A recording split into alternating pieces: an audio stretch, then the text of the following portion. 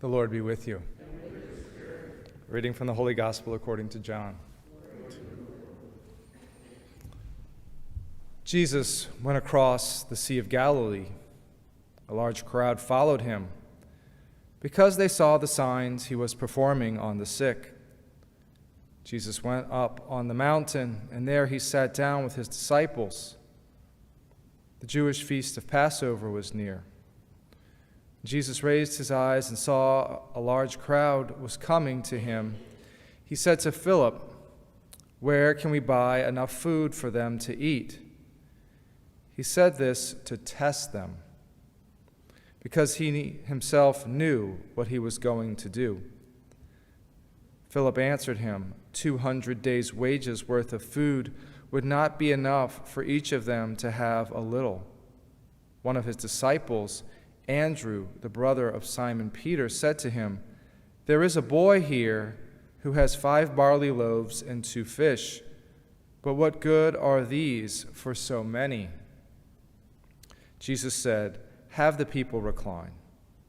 Now there was a great deal of grass in that place, so the men reclined, about 5,000 in number. Then Jesus took the loaves, gave thanks, and distributed them to those who were reclining, and also as much of the fish as they wanted. When they had had their fill, he said to his disciples, "Gather the fragments left over, so that nothing will be wasted." So they collected them and filled 12 wicker baskets with fragments from the 5 barley loaves that had been more than they could eat.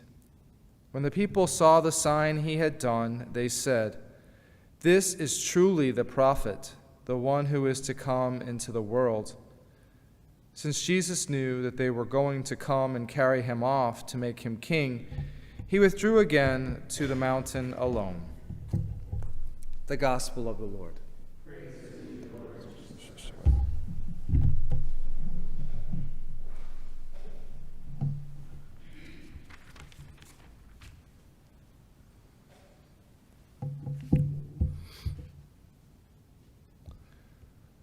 For if this endeavor or this activity is of human origin, it will destroy itself.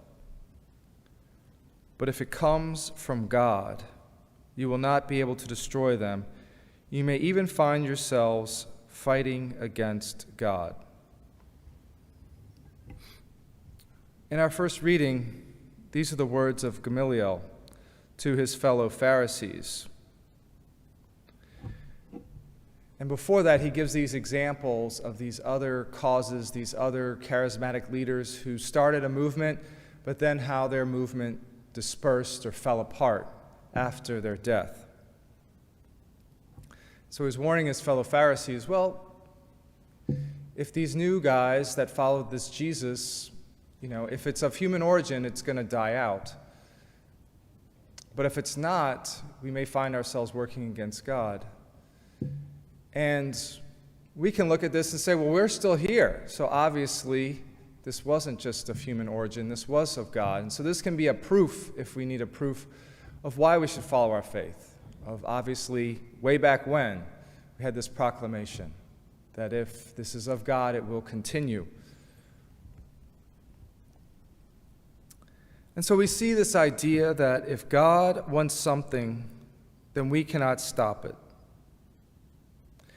And in some ways, we see this in the gospel as well, right? We have Jesus wanting to feed the people and the disciples a little bit skeptical. Like, can we do this? We don't have enough money. And Jesus is like, well, let's look and see what we do have. Well, there's this young boy who has these barley loaves and these fish. And what does Jesus do? He takes that small offering, he makes something great happen. And this becomes another sign of Jesus' ministry, a sign so great that the people really want to follow him, and Jesus has to remove himself. And so we can look for signs in our own lives. One, that is God calling us to something, and are we being those humans that are trying to maybe find ourselves working against God because we don't let it happen with our doubts or our vulnerabilities. But, my brothers and sisters, we can take the example of Jesus and his disciples The disciples giving, this little boy giving the little that he has, and we see that Jesus does something great with it. And so for ourselves, we can look at our gifts sometimes and think that they're small, they're insignificant.